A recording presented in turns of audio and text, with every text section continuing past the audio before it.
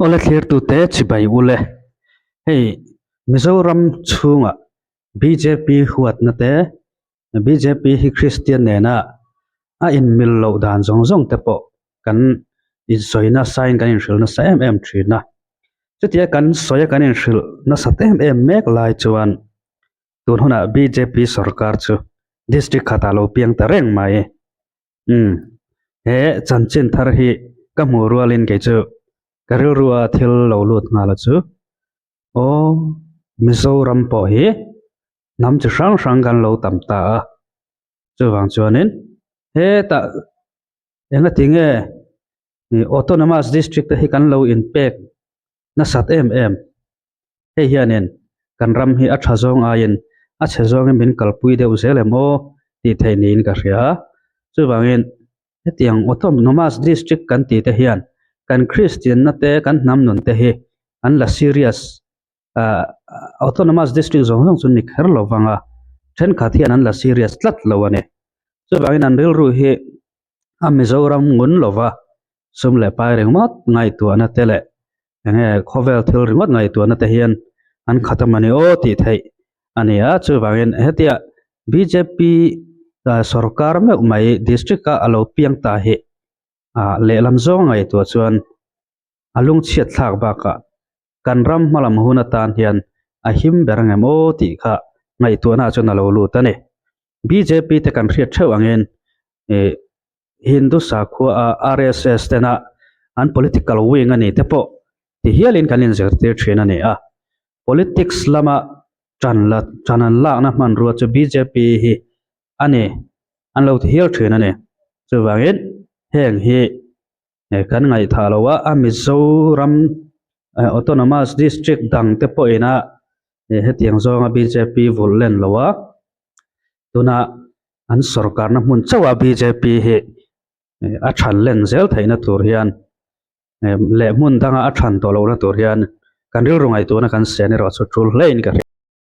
a chanchin thara hi kan chiar hrim hrimange February nili thole ni khan Chakma Autonomous District Council Chief Executive Member CEM atan Molin Kumar Chakma la lo ne a Chakma Autonomous District Council a BJP kai hruai sarkar thara piang CADC sarkar thara lak lu na in khom hi CADC rest house ground chongte buat sayania longtlai additional DC zoram siam mar chuan CEM atan Molin Kumar Chakma chu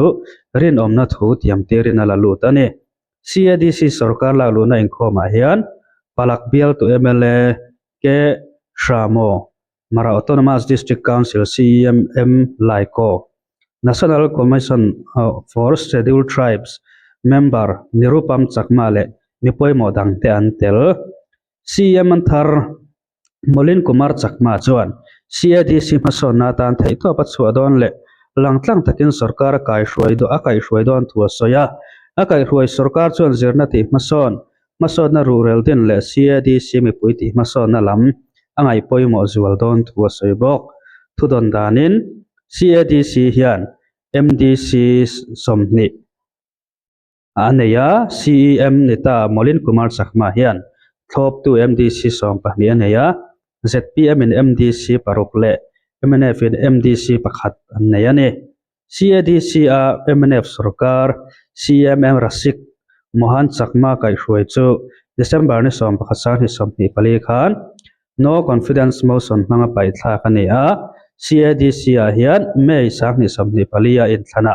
MNF chakin sarkar na an siama ma se tuna chuan MDC pakhat chia annei to ni in thudon na chuan a soi Molin Kumar Chakma hi CADC a BJP MDC te chuan December ni somni pathum sang ni somni panga khan CEM atan an thlanga emini vek hiam BJP chuan sarkar an siam thei thu Mizoram sarkara District Council and Minority Affairs Secretary sang chin za ne na an thlen Governor General Vijay Kumar Singh chuan January ni somni pariat sang ni somni panga khan CEM atan arwata February nili khan CEM atan laklu anita ane tia an soita ang khan BJP sarkar he kan ram tan chuan ahim lo lutuk lo mai theya amaro chu kan sa khuwa tan hian thil him tak ani lo thu ero hi chu kan in hriat tama a than zel lo na tura ta na hma kan lak te pawh hi a tul hialin ka hria a eng pawh ni se sarkar na siam tu te chu an lom pui om lutuka an ni pawh in he sarkar na an siam a hianin du tok sela ti chuan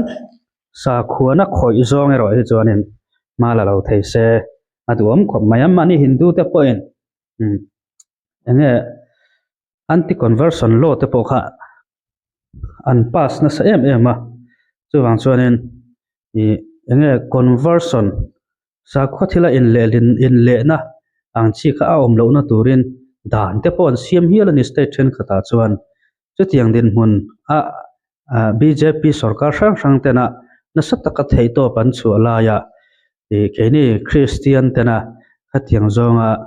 alakan lo thopui kha rem ka ti lowa achan chu kan sa khona than len zel hlau tu ten ne hetia sa kho thila in lelin phallo na state kan ti ho reng reng hi BJP sarkar na ani zela chuwangin he BJP sarkar Christian sa kho than len zel hlau tu hi keini po in kan rama a than len zel hi kan phal bik tura ka ngai lo ne chuwangin Christian na ang zongin ngai tu na siamela BJP hi chu ivul lian lo sham shamang u kan rama hi chuan ti kha eka thutluk na alani ri